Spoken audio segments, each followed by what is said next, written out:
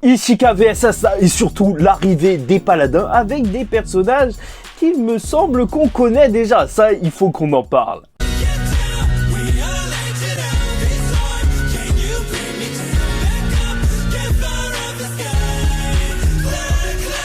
Mesdames et messieurs, ici Chaz et on se retrouve aujourd'hui pour la review du chapitre 343 de Black Clover, duel noir sur noir. Et franchement, ce chapitre, c'est vrai qu'il passe assez vite étant donné que c'est juste du combat, mais ça fait plaisir même pour se replacer au niveau des échelles de puissance. D'ailleurs, le concours pour la semaine dernière, voici le résultat qui s'affiche à l'écran. Ça a été fait sur un site qui fait des tirages random et il y a un autre concours pour gagner exactement la même chose, mais cette fois sur Twitter. Et je remercie encore une fois le site Akemi Figurines de vente de mangas, de produits dérivés et surtout de plein de figurines de m'avoir contacté pour organiser ce concours. Et n'oubliez pas, j'ai un code de réduction pour le mois de novembre. Et je vous remercie aussi la commu en espérant pouvoir faire encore plein d'autres concours. Et donc, voilà, ça y est, dès le début du chapitre, on te lance dans l'action, vrai combat, plus aucun entraînement, avec Ichika qui va directement donner le ton, tu vois, directement, elle lance sa main et tout, et tu vois que Asta, il est répulsé. Bien sûr, ça y est, ça y est.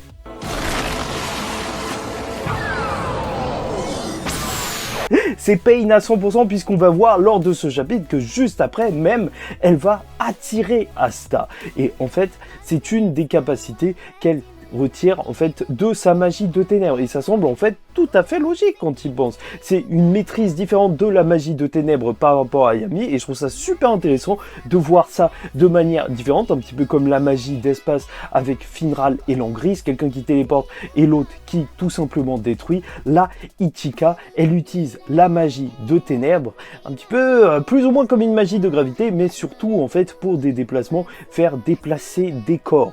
Et ça, c'est assez intéressant. Surtout que c'est tout à fait logique avec ce qu'on avait vu auparavant.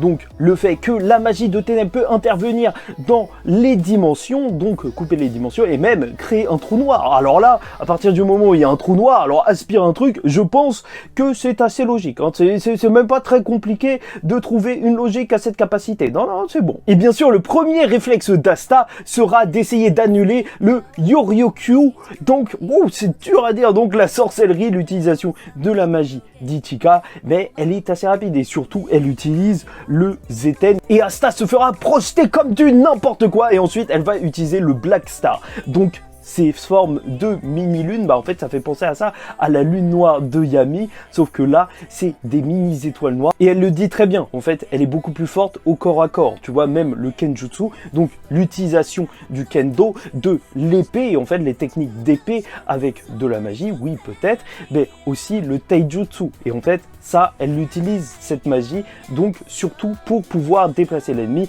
et se déplacer elle-même, et c'est là que c'est assez intéressant, franchement c'est super versatile comme sort et je trouve que c'est juste excellent dans Black Clover où justement Black Clover il y a souvent des combats en équipe et tout qui sont ultra épiques et donc une magie comme ça qui peut attirer ton compagnon vers un endroit pour qu'il esquive les coups et tout, non franchement ça peut donner quelque chose même si là elle est pas trop dans le style combat d'équipe là. Et bien évidemment on parle de Asta là, donc il va enlever tous ces petits trucs, non c'est dégueulasse, enlevez-moi ces petits points noirs, ça y est Asta, l'anti-magie, il est là. Et bien évidemment, en fait, elle le dit, ça ne suffira pas à la battre, en fait, parce que tout se jouera sur un combat de Zeten. Et c'est là que ça fait vraiment la différence, en fait, parce que elle est clairement et nettement supérieur. Tu vois que Asta, il tente quelque chose, il essaye de la toucher, mais il n'y arrive même pas. Il se fait carrément projeter dans l'eau et elle lui dit clairement qu'il a absolument aucune chance de la battre dans un duel de Zeten.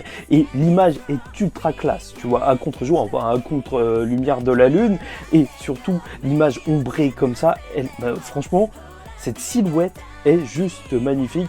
Mais après ce qu'elle dit, par contre, là il faut qu'on en parle. Il faut qu'on parle 2 minutes. Parce que Ichika, ok.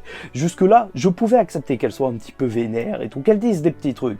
Mais là, c'est un petit peu trop. C'est même beaucoup trop puisqu'elle va dire non, tu n'arriveras jamais à être empereur en mage, tu n'as pas la détermination, la conviction, les compétences. Hey, tu connais même pas Asta. Nous, on l'a suivi. Donc oui, même si ça ne blesse pas Asta, moi ça m'énerve. Ça y est, Ichika, non, je suis désolé. Là, c'est le point de non-retour. C'est beaucoup trop, tu vois. Parce que même si Asta, il dit, oui et tout, je le sens, dans son ki, c'est quelqu'un qui est très énervé contre nous et elle cache quelque chose d'autre. Et sûrement qu'elle est triste parce que Yami l'a abandonné. Mais non, moi je m'en fous. Je m'en fous. Tu ne parles pas comme ça à notre frigo. Non, pas du tout. Il a tant fait pour nous. Bon, après, c'est pas vraiment mon frigo dont on parle, mais Asta est juste incroyable. Donc, arrête.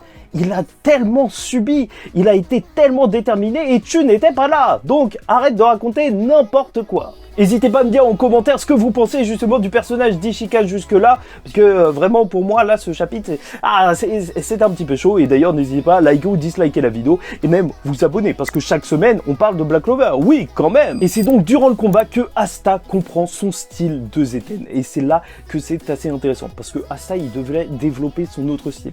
Je te le rappelle, durant les précédents chapitres on l'a vu combattre plusieurs personnes, utiliser de manière différente le Zeten, donc cette énergie qui propulse avec leur corps pour faire du corps à corps, soit pour lâcher des petits coups, en fait c'est une forme d'énergie, soit pour lâcher un gros coup de manière furtive dans tous les sens, voilà. Et là Asta semble avoir trouvé son style, et ça c'est quelque chose que j'apprécie et c'est quelque chose que j'ai envie de voir. J'ai envie de voir un truc explosif pour Asta. Après, sait-on jamais, je serais aussi d'accord pour des petits coups comme ça, tu vois, tranquille, tranquille. Ah, moi, je prends tout. Sauf que dans cet assaut, on verra enfin la capacité d'Asta conclue. Bah non, en fait, on va rien voir du tout, puisque Ryu va s'interposer et va les arrêter, et même Asta le dira.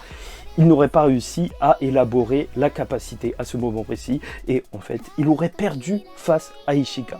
Et ça, c'est quand même assez gros. Il le dit bien, pour lui, c'est une défaite totale et il a besoin de plus de temps pour s'entraîner. Et donc, est-ce que Ishika est trop cheaté? Déjà, je trouve qu'avec ce chapitre, c'est clair et net, là, il n'y a même plus de débat. En vrai, Asta, il est même pas en vrai mode union, il est même pas à 100% dans son mode union. Et en plus, je te le rappelle, Ishika, c'est surtout parce qu'elle est forte physiquement, et on le voit même durant le chapitre que lorsqu'elle utilise sa magie, en vrai, Asta peut la rayer. Et normalement, d'autres adversaires, bah ça, il aurait pu prendre le dessus physiquement. Sauf que là, c'est des experts du corps à corps. Donc c'est très bon pour affronter Julius et compagnie. Ça va être intéressant pour la suite, mais c'est normal justement que Asta n'ait pas le dessus. Oui, moi je trouve ça normal. En vrai, je trouve ça assez cohérent, mais comme vous voulez. Donc oui, on peut pas passer à côté. Ryu a réussi à les arrêter. Ou est-ce qu'il a réussi à les arrêter, ou est-ce que justement ce sont eux, Ichika et donc Asta, qui se sont arrêtés? Parce que c'est vrai que c'est possible que Ryu, même s'il n'a pas de magie, utilise le ki, donc à travers le Zeten. Mais en plus de ça, c'est vrai que c'est assez étrange, parce que sa position, c'est comme s'il a été prêt à tenir en fait les coups. Tu vois, c'est pas juste il s'est interposé, il s'est mis au milieu, ouais, arrêtez. Non, là, vraiment, on a l'impression qu'il aurait tenté de les bloquer. Donc, peut-être qu'il a une force physique. En vrai, c'est ça, c'est trop, il est vraiment trop mystérieux, ce personnage. Mais bon, d'un autre côté, après, ça, il lui demande si ça va, et il dit qu'il va se faire soigner par la suite. C'est pas, je sais vraiment pas sur quel pied danser avec Ryu, hein, je sais pas. Franchement, c'est vrai, ça pourrait être intéressant de voir un personnage sans magie combattre, mais vraiment sans aucune magie. Ça serait intéressant. Mais d'un autre côté, est-ce qu'on a vraiment besoin d'un personnage en plus, alors que déjà, qui se souvient de Léopold? Non mais sérieusement, vous savez c'est qui? C'est le mec, le petit frère à Fruicolion. Je sais pas, je sais que vous vous souvenez pas. Bon, c'est pas grave. C'est un ancien personnage, c'est un autre truc. Mais bon, tout sera coupé parce que justement Ryu dira qu'ils sont arrivés. Et c'est là qu'on voit que dans le ciel se trouvent 3 paladins, dont Sœur Lily. Et ça, c'est juste énorme. Ils sont arrivés jusque-là, un pays de légende, blablabla, qu'ils ne pensaient pas voir un jour. Et bien évidemment, ça fait plaisir parce qu'on aura peut-être enfin l'explication de pourquoi Asta est vivant. Peut-être qu'en fait, justement, le sort de Sœur Lily, c'était sûr qu'il ne tuait pas et que elle l'avait envoyé là-bas justement pour le combattre et le tuer un petit peu au calme. Ou que, comme je vous l'avais dit il y a longtemps, Belzébuth, donc le démon qui a la magie d'espace ne se serait pas soumis, ne se serait pas fait transformer en paladin ou je sais pas quoi, et justement aurait fait exprès de téléporter Asta pour qu'il devienne plus fort, et que voilà, il y ait une rébellion même du côté des démons. Oui, moi je te dis, depuis qu'il y a la mer Noire, j'attends que Asta il se trouve un petit groupe de démons, oui, bien sûr. Bon, c'est vraiment cool de les revoir, mais je vous avoue que ça me manque un petit peu de pas revoir Clover. J'ai vraiment hâte qu'on les revoie un petit peu, parce que j'ai peur qu'on ne développe pas assez les personnages secondaires dans cette dernière partie. Après, ça peut être cool, hein, bien sûr, de suivre juste à ça et de les retrouver par la suite, de voir ce qui s'est passé, mais il me manque. Voilà, tout simplement. Je pense que même ce serait plus intéressant. Et qui sont les personnages qui accompagnent Sœur Lily? Alors déjà, il y a certaines personnes qui trouvent que ce personnage ressemble à Gadja, et moi je pense que, ok, vite fait, mais vraiment très vite fait, en plus il a pas la boucle d'oreille. Il y en a même qui pensent que ça pourrait être Mars, mais non. Juste non. Je penche plus sur le personnage qui s'était battu contre ça au tout début, en fait. Premier acte en tant que chevalier mage, je te rappelle, ce mage qui utilisait de la glace, qui était obsédé par le temps, ce qui est assez intéressant vu que là, il est envoyé par Julius, donc le personnage de Hydgrice, et qui pourrait être l'autre jeune fou avec les cheveux longs. Alors c'est vrai que cette couleur de cheveux, normalement, on l'a pas trop vu dans le manga, mais sait-on jamais, peut-être parce qu'il est pas là-dedans, ses cheveux ils ont un petit peu changé, j'en sais rien, et donc je pense un petit peu à Refshi Salik. Je sais pas si vous vous souvenez, c'est l'honnête marchand qui a croisé la route d'Asta et Yuno lors du tout premier chapitre du premier épisode de Black Clover, où il a tenté de voler le grimoire de Yuno pour le revendre, alors que un grimoire, tu peux même pas utiliser la magie si tu le voles.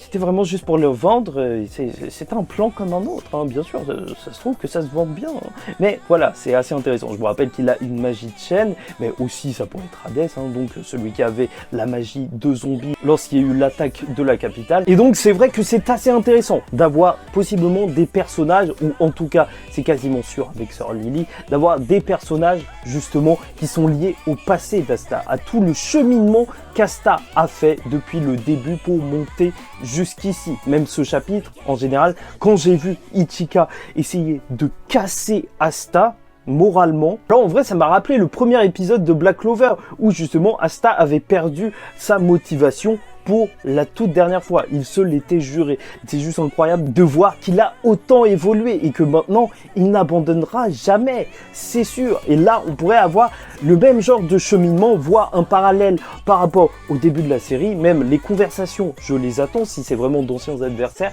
parce que ça peut être super intéressant de voir comment, justement, Asta est devenu grand maintenant. Le petit frigo est resté petit, mais il est large.